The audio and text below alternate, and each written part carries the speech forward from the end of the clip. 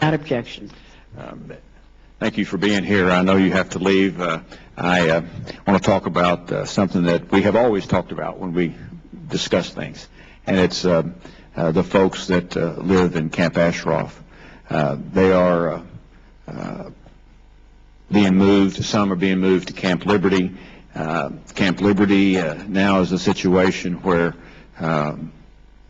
there's not enough water. The sewage is a tremendous problem. There's no electricity. People there are not allowed to see their family members. They're not allowed to see lawyers. Some have compared Camp Liberty to a prison.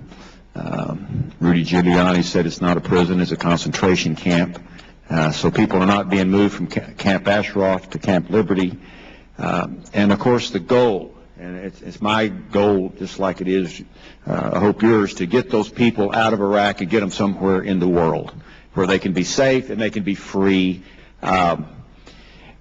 We have two situations going on. We have the designation of the FTO is still an issue. It's been going on a long time.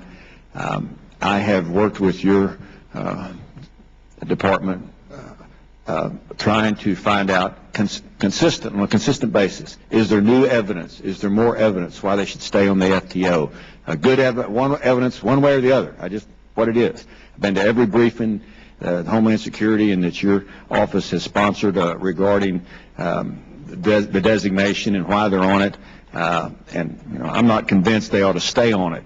And we continue to wait now, so much so that even I think yesterday a lawsuit was filed again to get the State Department to, pick a horse and ride it, as I like to say. Meanwhile, during this time, there have been two situations in Camp Ashraf where people have died. Others have been wounded by, regardless of whose fault, that has occurred. And so there's no more people moving to Camp Liberty because of the conditions in Camp Liberty. And to my knowledge, as of today, no one has left Camp Liberty to go somewhere else in the world. And so, as sincere as I can possibly be, I'd like to know from you a couple of things. First, is the United States prepared to take any people from Camp Liberty? Does the FTO designation that they still have affect that in any way? And I'd like to preface that question with one other situation. The last time I was in Iraq, met with Maliki, we asked him if we could go and visit the folks in Camp Ashraf and see for ourselves what it was like. And he said absolutely not.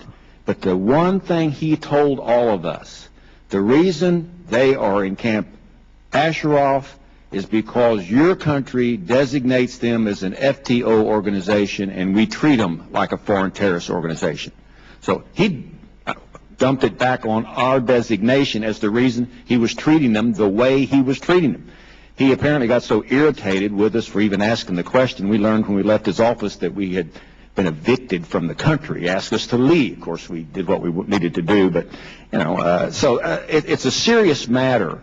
And so earlier you mentioned that the FTO designation is tied to Camp Ashraf and there being a paramilitary group. They don't have any weapons there.